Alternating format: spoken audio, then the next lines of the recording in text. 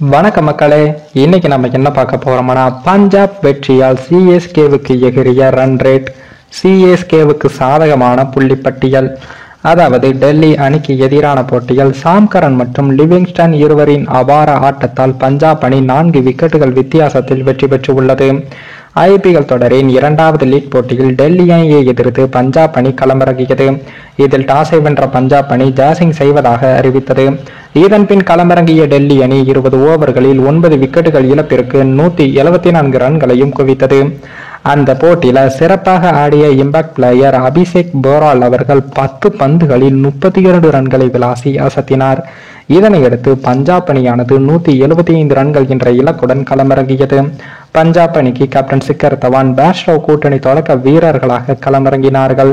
முதல் ஓவரிலேயே 2 பவுண்டரிகளை விளாசிய சிக்கர் தவான் அவர்கள் அதிரடியாக தொடங்கினார். 3 ஓவர்களில் 34 ரன்கள் சேர்க்கப்பட்ட நிலையில் ஈசாந்த் சர்மா பவுலிங்கில் சிக்கர் தவான் 22 ரன்களில் ஆட்டமிழந்தார்.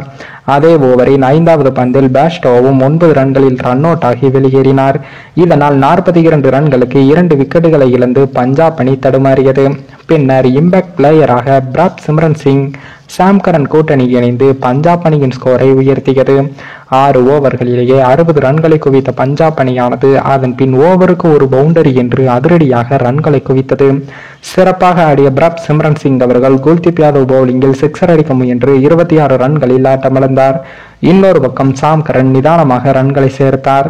ஆனால் அதிகம் எதிர்பார்க்கப்பட்ட ஜிதேஷ் சர்மா அவர்கள் 9 ரன்களில் ஆட்டமிழக்க சாம் கரன், லிவிங்ஸ்டன் கூட்டணி இணைந்தது. 14 ஓவர்கள் வரை இருவரும் நிதானம் காத்த நிலையில் மிச்சல் மார்ஷ் வீசிய 15வது ஓவரில் மட்டும் ஒரு 6, 2 பவுண்டரி உட்பட 18 ரன்கள் விளாசப்பட்டது. சிறப்பாக ஆடிய சாம் கரன் 39 பந்துகளில் அரை சதம் கடந்து அசத்தினார். கடைசி 4 ஓவர்களில் பஞ்சாப் அணியின் வெற்றிக்கு 39 ரன்கள் தேவையாக இருந்தது.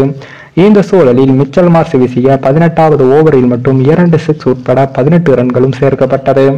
பின்னர் 19வது ஓவரில் சாம் கரன் 47 பந்துகளில் 63 ரன்கள் எடுத்து ஆட்டமிழக்க தொடர்ந்து வந்த சாசாங் சிங் அவர்கள் டக் அவுட் ஆக்கினார். அந்த ஓவரில் 4 ரன்கள் மட்டுமே சேர்க்கப்பட்ட நிலையில் கடைசி ஓவரில் பஞ்சாப் அணியின் வெற்றிக்கு 6 ரன்கள் தேவையாக இருந்தது. அந்த ஓவரை வீச ஸ்மித்குமார் அவர்கள் அழைக்கப்பட்டார்.